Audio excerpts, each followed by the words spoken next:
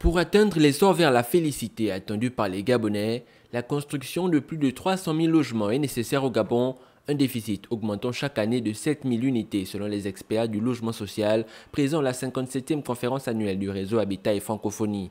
Pour pallier cette situation, la CDC, la Caisse des dépôts et consignations du pays, une institution financière publique, opte pour la mise en place d'un guichet de refinancement dans le but d'élargir le délai de remboursement de crédits immobiliers limité à 7 ans maximum dans les banques locales.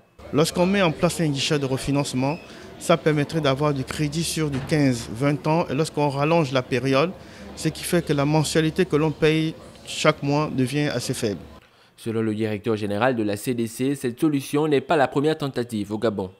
Et c'est sur le cas lorsque nous avons vu les premières cités telles que l'Ikwala, la SNI, où les gens avec un salaire de moins de 100 000 pouvaient acquérir un logement. Ce n'est plus le cas aujourd'hui parce que, comme on disait, en fait, l'écosystème a totalement été transformé. Pour acquérir le foncier, 400 mètres carrés, en général, déjà, c'est déjà autour de 5 millions. Vous avez le prix du fer, vous avez le prix du gravier, vous avez le prix du sable. Donc, ce qui fait qu'à terme, lorsqu'on veut construire un logement de 120 mètres carrés, à peu près, ça avoisine entre les 45-55 millions de francs CFA.